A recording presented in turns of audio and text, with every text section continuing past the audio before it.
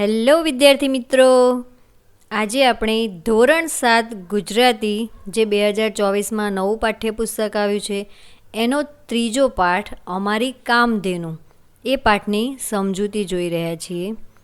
તો સૌપ્રથમ આપણે લેખકનો પરિચય મેળવી લઈશું. ચંદ્રકાંત પંડ્યા લેખકનું નામ છે. ચંદ્રકાંત જેઠાલાલ પંડ્યા ચરોતરના વતની હતા. તેઓ નવસારીની હાઈસ્કૂલમાં શિક્ષક હતા.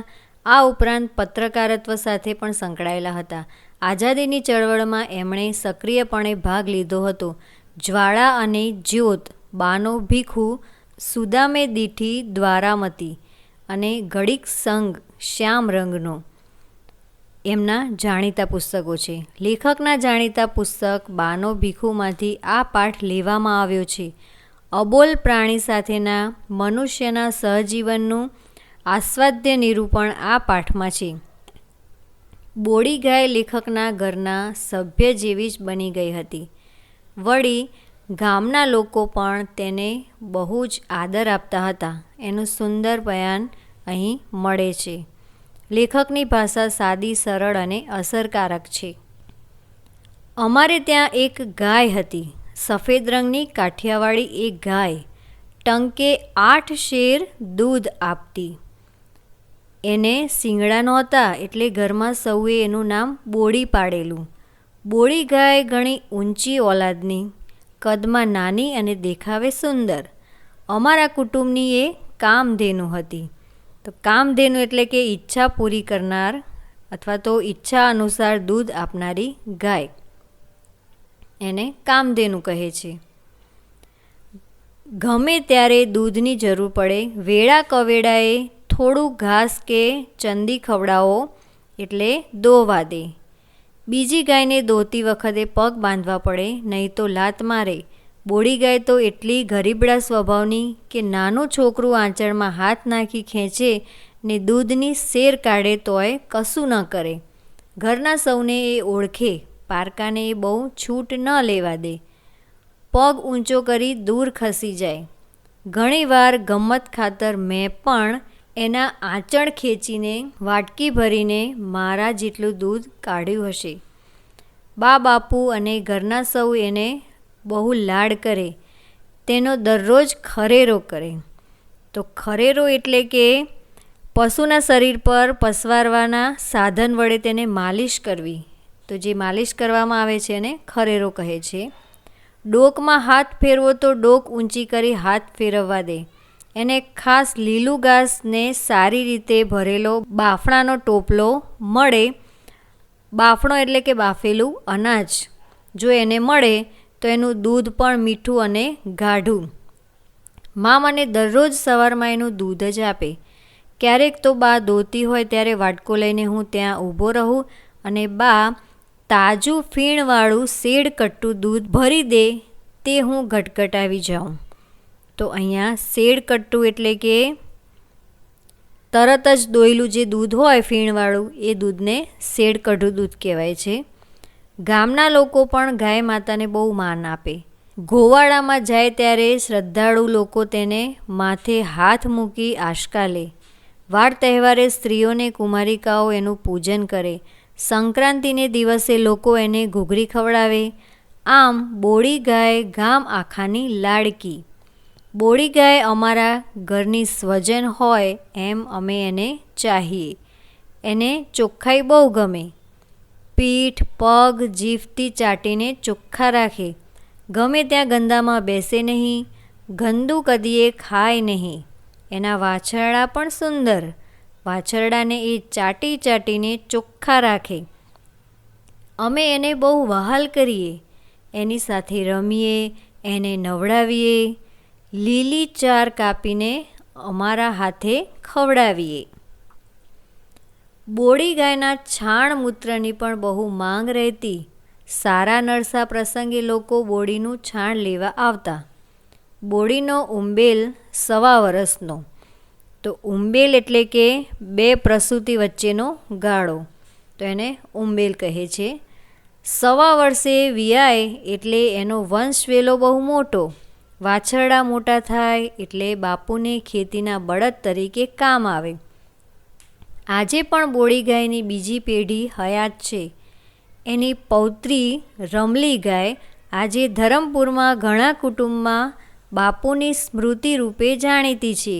આજે પણ ધરમપુરમાં ઘણા ઘરો રમલી લે કહી લાલચ આપી બોલાવે છે, તેને હાથ ફેરવે છે, એને માટે નિયમિત કંઈક ને કંઈક ખાવાનું રાખી મૂકે છે અને રમલી દરરોજ અમુક ઘરની નિયમિત મુલાકાત લે છે. જાનવરને મમતા આપો, પછી જુઓ એ શું નથી આપતા. બા કહેતી કે એકવાર ઘરમાં ચોર આવેલા. તે દિવસે બોડી ગાયે બરાડા પાડીને ફળિયાના સૌને જગાડ્યા હતા ને ચોર નાસી ગયા હતા. બાપુની ઠાઠડી નીકળી ત્યારે એણે કેટલાય ધમપછાડા કરી ખીલેથી છૂટી નાસભાગ કરેલી. બોડી ગાય કુટુંબની ખરેખર કામધેનુ હતી. બાપુજીના અવસાન પછી બોડી ગાય અને એક ભેંસ અમારા ગુજરાનનું સાધન હતી. ભેંસ હતી તે વર્ષ આત્રે મરી ગઈ હતી. બીજી ભેંસ ખરીદવાની બાની આર્થિક સ્થિતિ નહોતી. ખેતર વેચાઈ ગયું ત્યારે બોડી ગાય ઉપર જ અમારું કુટુંબ નભતું. એના દૂધની લાયણીના મહિને 25 રૂપિયા આવતા. તો અહીંયા દૂધની લાયણી એટલે કે દૂધ વેચીને 25 રૂપિયા આવતા. સોગારતનો જમાનો, બોડીનું બહુ ખર્ચ નહીં. નાનો ભાઈ અને નાની બહેન એટલા જ ઘરમાં, એટલે અમારું પેટીયું નીકળતું. બા કોઈને ત્યાં રાંધી મજૂરી કરી ખોટ પૂરે, અમને ભણાવે, છતાં મુખ્ય સાધન તો બોડી. એમ જ અમારું કામધેનુ. એકવાર બોડીને જાનવર કરડ્યું. બાએ કેટલાય ઉપાયો કરાવ્યા, બધા નિષ્ફળ ગયા. આખું શરીર ફૂલી ગયું ને આખરે તે મરી ગઈ. બા સગી દીકરી મરી ગઈ હોય તેમ રડી. તે દિવસે ખાધું પણ નહીં. બોડી ગાય અમારા કુટુંબનું કોઈ પૂર્વજન્મનું ઋણ અદા કરવા આવી હોય તેમ કસોટીના સમયમાં એ જ અમારો સહારો બની હતી. ક્યાંય હાથ લાંબો કરવાની વેળા બાને એણે નહોતી આવવા દીધી. એનું કાર્ય પૂરું કરી એ ગઈ. તે જ વર્ષે અમારો કોલેજનો અભ્યાસ પૂરો થયો. મને નોકરી મળી. એ પણ કેવો અકસ્માત! બાએ બોડીને ચાંદલો કર્યો, ફૂલ ચોખા ચડાવી, ભીની આંખે પ્રણામ કર્યા. બાપુની જૂની વાડીમાં જ એક પીપળા નીચે ખાડો ખોદાવીને દટાવી. એ પીપળો આજે બોડી પીપળો તરીકે ઓળખાય છે. વટ સાવિત્રીને દિવસે ગામની સ્ત્રીઓ એ પીપળાનું પૂજન કરે છે. બોડી ગાયનું સંભાળણું એ રીતે આજે પણ કાયમ છે. તો આ પાઠ બાનો ભીખુમાંથી લેવામાં આવ્યો છે. પાઠના કેટલાક શબ્દાર્થ જોઈશું. ટંક એટલે કે નિશ્ચિત સમય, બાફણું બાફેલું અનાજ, આશકા દેવની આરતી, સંક્રાંતિ એટલે કે મકર સંક્રાંતિ, ઘૂઘરી બાફેલી જાર, બાજરી વગેરે, વસ્ત્રગાળ વસ્ત્રથી ગાળેલું, સોગારત એટલે કે સોંગવારી, વટ સાવિત્રી વડનું પૂજન કરવાનો દિવસ. શબ્દ સમૂહ માટે એક શબ્દ. તરતનું જ દોહેલું દૂધ એટલે કે શેડ કઢવું. ઈચ્છા અનુસાર દૂધ આપનારી ગાય એટલે એને કામધેનુ કહે છે. બે પ્રસૂતિ વચ્ચેનો ગાળો જેને ઉંબેલ કહે છે. અને પશુના શરીર પર પસવારવાના સાધન વડે તેને માલિશ કરવી એને ખરેરો કરવો કહેવામાં આવે છે. અહીં વાતચીતમાં કેટલાક પ્રશ્નો આપ્યા છે. તેમાં પહેલો પ્રશ્ન છે કે તમને કામધેનુ મળી જાય તો શું શું કરશો? તો આપણે કહી શકીએ કે જો મને કામધેનુ મળી જાય તો હું મારી મનગમતી વાનગી અથવા ખાવાની ચીજો મંગાવું. નવી સાયકલ, નવા કપડાં વગેરે મંગાવું. મારા મિત્રને કોઈ વસ્તુની જરૂરિયાત હોય તો તે પણ હું માગી લઈશ. તો અહીં કામધેનુ એટલે કે ઈચ્છા પૂરી કરનાર, એટલે આપણે આ રીતે લખી શકીએ. બીજો પ્રશ્ન, તમારા ઘરમાં કોઈ પ્રાણી પાળ્યું છે? કેમ? તો જો તમે તમારા ઘરમાં કોઈ પ્રાણી પાળ્યું હોય તો તમે એના વિશે લખી શકો છો, અથવા આ રીતે પણ લખી શકો કે મારા ઘરે કોઈ પ્રાણી પાળવામાં આવ્યું નથી, હું પ્રાણીઓને પ્રેમ કરું છું પણ પ્રાણીઓને બંધનમાં રાખવા એ યોગ્ય નથી. પ્રશ્ન 3, તમે કોઈ પ્રાણી કથા સાંભળી છે? કઈ?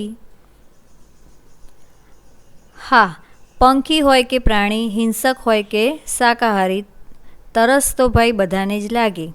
આ જંગલમાં રહેતા પ્રાણીઓ પણ પોતાની તરસ છીપાવતા ઘણા વર્ષો પહેલાંની આ વાત છે. એક મોટું જંગલ હતું. આમાં અનેક જાતના પ્રાણીઓ અને પંખીઓ રહેતા હતા, જેમાં વાઘ, સિંહ, ચિત્તો, દીપડો, રીંછ જેવા હિંસક પ્રાણીઓ તો વળી સસલા, હરણ, હાથી જેવા શાકાહારી પ્રાણીઓ પણ રહેતા હતા. એટલું જ નહીં, આ જંગલમાં મોર, પોપટ, કોયલ, બાજ, કબૂતર, કાગડો, ચકલી જેવા સુંદર મજાના પંખીઓ પણ રહેતા હતા. તેઓ પાણી પીવા માટે જંગલમાં આવેલા એક નાનકડા તળાવે જતા.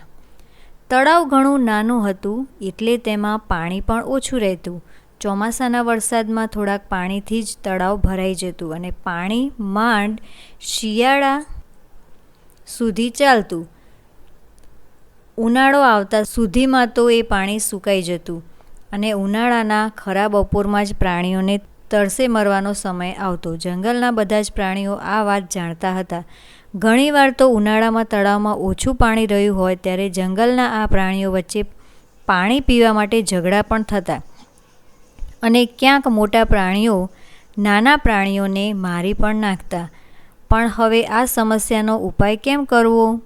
હવે આ જંગલના પ્રાણીઓમાં એક વાંદરો પણ રહેતો હતો. તે ઘણો જ ચતુર હતો. એકવાર તેને જંગલના બધા જ પ્રાણીઓને ભેગા કર્યા અને સમજાવ્યા કે આપણા જંગલમાં પ્રાણીઓની સંખ્યા વધારે છે એટલે પાણી વધારે જોઈએ, પણ આપણું આ તળાવ ખૂબ જ નાનું છે એટલે થોડુંક જ પાણી છે. જો ઉનાળામાં પાણી જોઈતું હોય તો આ તળાવને ખોદીને મોટું અને ઊંડું કરવું પડશે. વિચાર બધાને યોગ્ય લાગ્યો અને ગમ્યો પણ. બસ પછી શું, બીજા દિવસે જંગલના બધા પ્રાણીઓ તળાવ આગળ ભેગા થયા અને ગરમીને લીધે સુકાઈને ખાલી થયેલા તળાવને પોતપોતાની આવડત મુજબ ખોદીને મોટું અને ઊંડું કરવા લાગ્યા. થોડાક દિવસોમાં તો તળાવ ખૂબ મોટું અને ઊંડું થઈ ગયું. પછી ચોમાસું આવ્યું અને વરસાદ પડ્યો. આખું તળાવ પાણીથી છલોછલ ભરાઈ ગયું. આટલું બધું પાણી જોઈને બધા જ પ્રાણીઓ ખુશ થઈ ગયા. પછી એ પાણી આખું વરસ ચાલ્યું. એ પછીના ઉનાળે કોઈ પ્રાણીને પાણીની તંગી રહી નહીં. આ વાર્તા પરથી બોધ મળે છે કે આપણે ભવિષ્યનો વિચાર વર્તમાનમાં જ કરી લેવો જોઈએ. પ્રશ્ન 4, તમને કયું પ્રાણી સૌથી વધુ ગમે છે? શા માટે? તો અહીંયા તમને જે પ્રાણી ગમતું હોય એના વિશે તમારે લખવાનું છે. મને પ્રાણીઓમાં ગાય વધારે ગમે કારણ કે તે દૂધ આપે છે. તે દૂધ પીને આપણે સ્વસ્થ રહીએ છીએ. પ્રશ્ન 5, પ્રાણીઓની સાર સંભાળ કઈ રીતે લઈ શકાય? પ્રાણીઓને સમયસર ભોજન, પાણી આપવું જોઈએ, તેની સાફ સફાઈ રાખવી જોઈએ, બીમાર થાય ત્યારે યોગ્ય સારવાર કરાવવી જોઈએ, ઠંડી, ગરમી અને વરસાદથી રક્ષણ મળી રહે તેવું આયોજન કરવું જોઈએ. આમ પ્રાણીઓની સાર સંભાળ કુટુંબના સભ્યની જેમ રાખવી જોઈએ. પ્રશ્ન 6, તમને લાગે છે કે બોડી ગાયથી આખા ઘરનું ગુજરાન ચાલી શકે? હા, લેખકે પોતાના કુટુંબની જે વાત કરી છે એ રીતે લેખકના આખા ઘરનું ગુજરાન ચાલી શકે. ભેંસ મરી ગઈ, ખેતર વેચાઈ ગયું, બાપુજીનું અવસાન થયું, બોડીના દૂધની આવક મહિને 25 રૂપિયા હતી, સોંગારત હતી, નાનો ભાઈ, નાની બહેન, પોતે અને બા એમ 4 જણનું નાનું કુટુંબ બોડી ગાય પર નભતું. પ્રવૃત્તિ 2, પાઠના આધારે સાચા વિકલ્પ સામે ખરું કરો. તો અહીંયા કેટલાક વાક્યો આપ્યા છે અને સાચો વિકલ્પ લાગે તે આપણે ખરું કરવાનું છે. પહેલું છે, બોડી ગાયને લાગુ પડતું નથી. તો એમાં આવશે પારકાને પણ દોવા દે. બીજું, બોડીનો વંશવેલો બહુ મોટો કારણ કે બોડી દર 1.25 વર્ષે વિયાતી હતી. ત્રીજું વાક્ય, વાડીનો પીપળો બોડી પીપળો તરીકે ઓળખાયો કારણ કે બોડીને પીપળા નીચે દાટી હતી.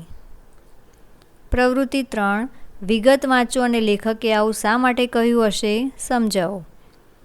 એમાં પહેલું વાક્ય આપ્યું છે કે એ ગઈ તે જ વર્ષે મારો કોલેજનો અભ્યાસ પૂરો થયો, મને નોકરી મળી, એ પણ કેવો અકસ્માત. તો આ વાક્યનો અર્થ થશે કે લેખકના બાપુના અવસાન પછી ઘરનો નિર્વાહ બોડી ગાયના દૂધને વેચવાથી મળતા પૈસાથી થતો હતો. બોડી ગાયે ઘણા વર્ષો સુધી પરિવારના નિર્વાહની જવાબદારી એકલીએ પૂરી કરી હતી. તેણે લેખકની બાને પરિવારના નિર્વાહ માટે કોઈની પાસે હાથ લાંબો કરવાની વેળા આવવા દીધી ન હતી. અને જ્યારે બોડી ગાય મૃત્યુ પામી ત્યાં સુધીમાં તો લેખકનો અભ્યાસ પૂર્ણ થઈ ગયો હતો, તેમને નોકરી મળી ગઈ હતી. આમ બોડી અંગે લેખકે ઉપરોક્ત વાક્ય કહ્યું હશે. બીજું વાક્ય છે, જાનવરને મમતા આપો પછી જુઓ એ શું નથી આપતા. એટલે કે લેખકે કહેલું આ વાક્ય સૂચવે છે કે જાનવર પણ પ્રેમ મમતાને સમજે છે. પ્રેમ અને મમતા મળતા આપણા પરિવારનું એ પણ સદસ્ય બની જાય છે. આપણા પરિવારના સુખ દુઃખમાં એ ભાગીદાર બને છે. પરિવાર પર આવતા સંકટોમાં મદદરૂપ થાય છે. જેમ કે બોડી ગાય લેખકના ઘરે ચોરી કરવા આવેલા ચોરને જોઈને બરાડા પાડીને ફળિયાના સૌને જગાડે છે અને ચોરને ભગાડી મૂકે છે. લેખકના બાપુના મૃત્યુ વખતે પણ તે સ્વજનને ગુમાવ્યાનું દુઃખ અનુભવે છે. પ્રવૃત્તિ 4, આપેલ જાહેરાતને આધારે પૂછેલા પ્રશ્નોના જવાબ લખો. બીજા 2 પ્રશ્નો બનાવી તેના જવાબ લખો. તો અહીંયા તમને એક જાહેરાત આપી છે, મેઘધનુષ્ય ડેરી પાર્લર, અને એના વિશેની કેટલીક માહિતી આપી છે. એ માહિતીનો તમારે અભ્યાસ કરવાનો અને નીચેના પ્રશ્નોના જવાબ આપવાના છે. તો અહીંયા નીચે કેટલાક પ્રશ્નો આપ્યા છે. પહેલો પ્રશ્ન છે, તમારે માવો લેવો હોય તો કોનો સંપર્ક કરશો?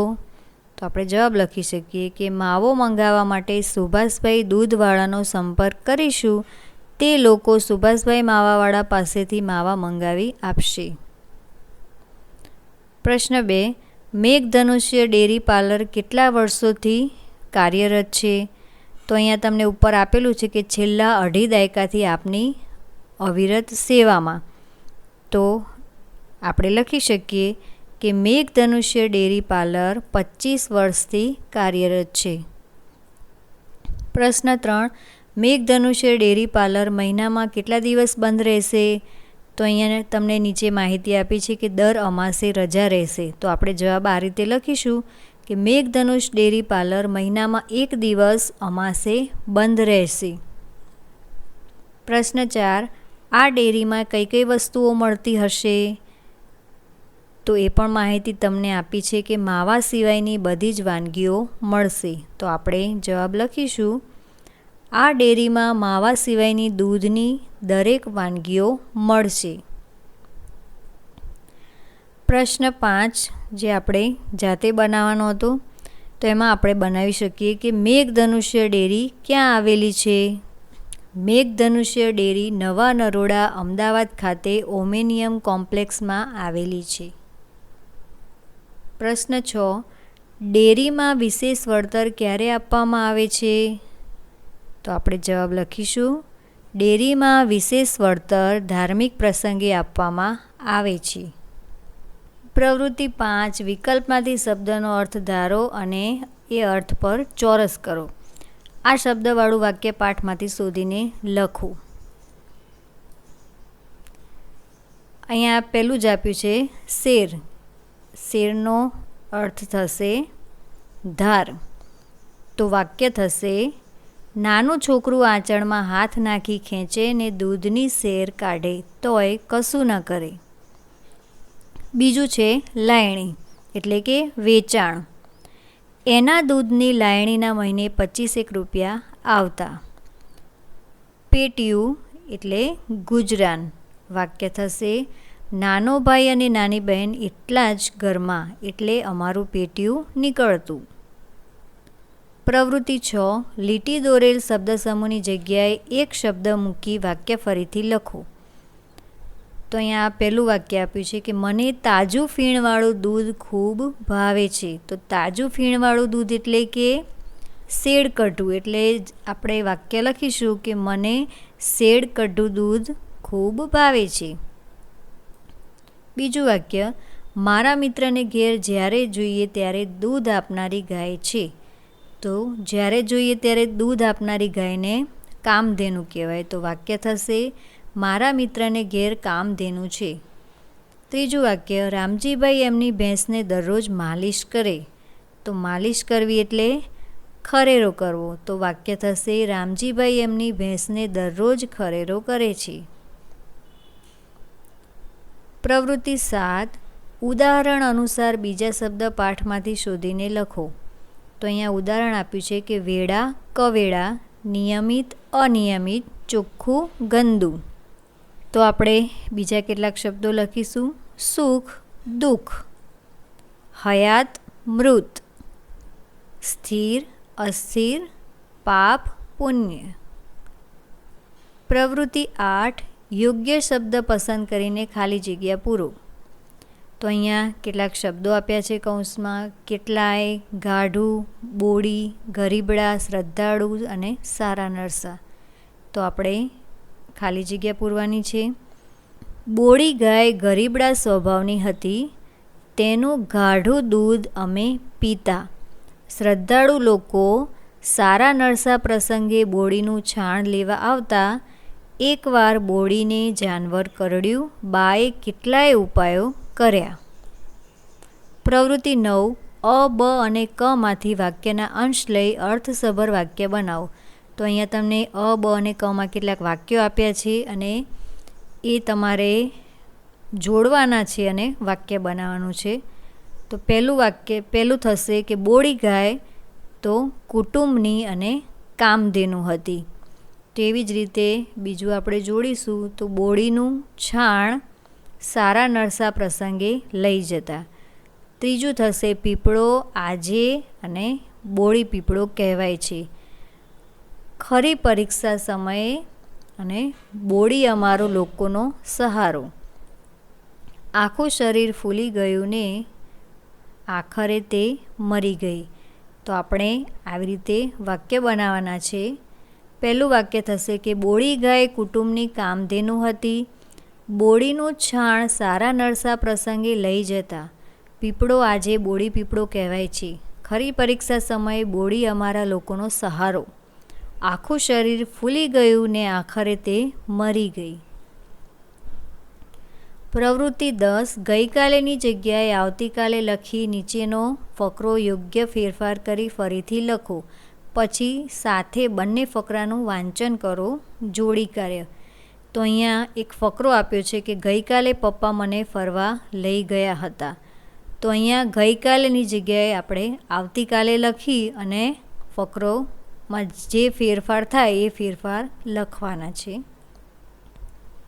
તો આપણે આવી રીતે લખીશું કે આવતીકાલે પપ્પા મને ફરવા લઈ જશે.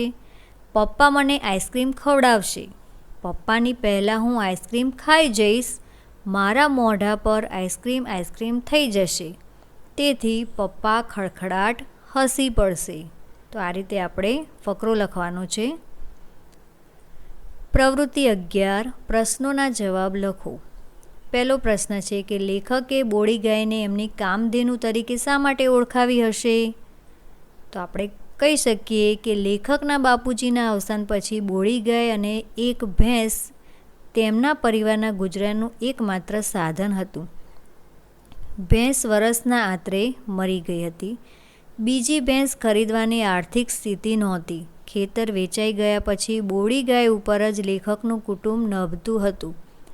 તેના દૂધને વેચવાથી મહિને 25 રૂપિયા આવતા હતા. સોંગવારીના એ સમયમાં આ રકમથી પરિવારનું ગુજરાન ચાલતું હોવાથી લેખકે બોડી ગાયને તેમની કામધેનુ તરીકે ઓળખાવી હશે. પ્રશ્ન 2 ઘરના બધા ગાયની શી સંભાળ રાખતા? તો ઘરના બધા બોડી ગાયને સ્વજનની જેમ ચાહતા હતા. સૌ તેને બહુ લાડ કરતા. ને તેનો દરરોજ ખરેરો કરતા હતા. તેને લીલું ઘાસ અને સારી રીતે ભરેલો બાફણાનો ટોપલો ખાવા માટે આપતા. ગાયને નિયમિત નવડાવીને ચોખ્ખી રાખતા.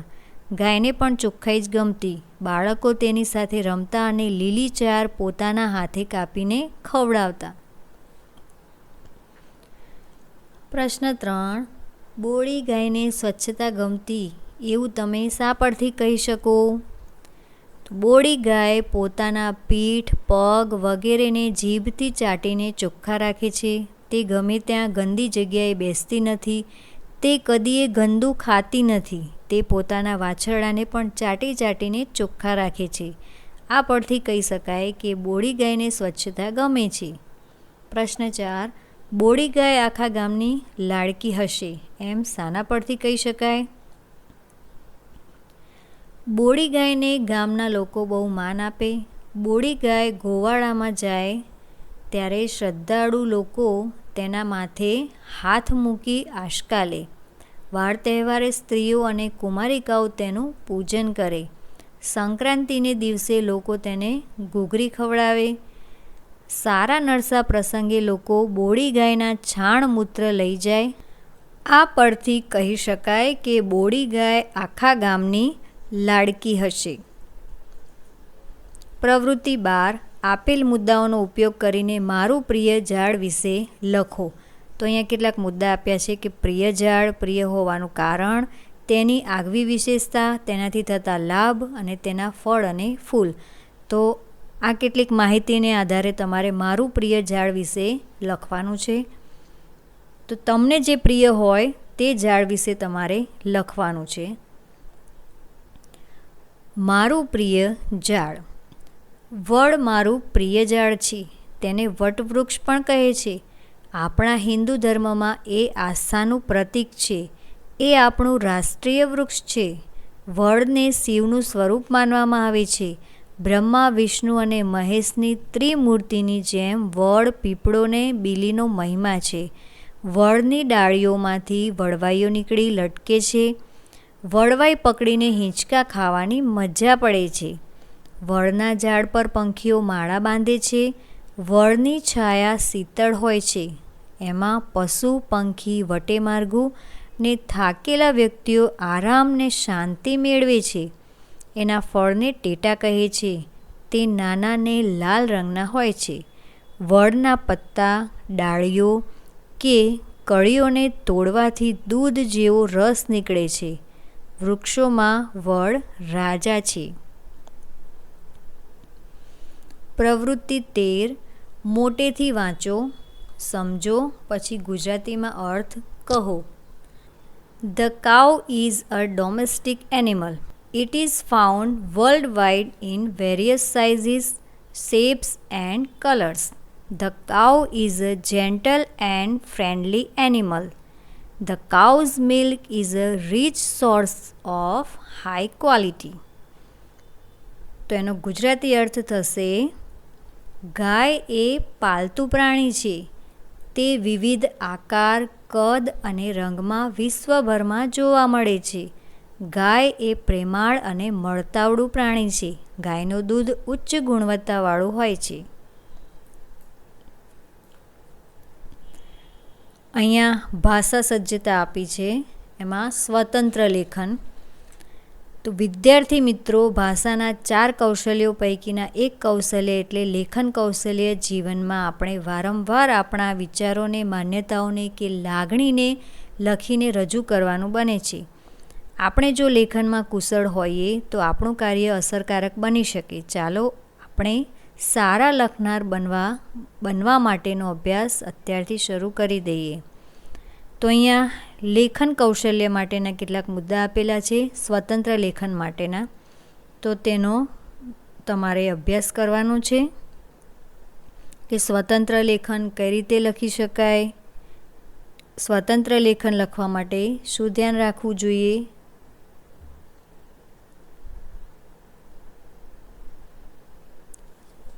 ચાલો યાદ કરીએ. તમને કઈ પ્રવૃત્તિમાં ખૂબ મજા પડી, કેમ? તો તમને જે પ્રવૃત્તિમાં મજા પડી હોય તેના વિશે તમારે ચર્ચા કરવાની અને લખવાનું છે. કઈ કઈ પ્રવૃત્તિઓ તમને કઠિન લાગી, ક્રમ લખો. તો અહીંયા જે પ્રવૃત્તિ તમને કઠિન લાગી હોય તેનો ક્રમ લખવાનો છે. કઈ કઈ પ્રવૃત્તિઓ કરવામાં તમે તમારા મિત્રને મદદ કરી હતી, તો એ પણ પ્રવૃત્તિનો ક્રમ તમારે અહીંયા લખવાનો છે. કઈ કઈ પ્રવૃત્તિઓ કરવામાં વધુ સમય લાગ્યો હતો, તો એ ક્રમ લખવાનો છે. સૂચના મુજબની કઈ પ્રવૃત્તિ કરવામાં તમારે વધુ પ્રયત્ન કરવો પડ્યો હતો. પછીનો મુદ્દો છે કે એકમમાં નવા શીખ્યા હોય તેવા કયા શબ્દો તમને યાદ છે, બોલો. તો એ નવા શીખેલા શબ્દો તમારે બોલવાના છે. પ્રવૃત્તિ 12માં તમે કયા ઝાડ વિશે લખ્યું હતું, તો એ પણ તમારે લખવાનું છે. શબ્દ આધારિત કઈ કઈ પ્રવૃત્તિઓ હતી તેના ક્રમ લખો. તો એ પણ પ્રવૃત્તિ તમારે શોધી અને એના ક્રમ લખવાના છે. તો અહીં આપણે આ પ્રવૃત્તિ પૂર્ણ કરી. તમને આ વિડીયો કેવો લાગ્યો અમને જરૂરથી જણાવજો. અને અમારી ચેનલને જો હજુ સુધી તમે સબસ્ક્રાઈબ ના કરી હોય તો સબસ્ક્રાઈબ કરી દેજો. ધન્યવાદ.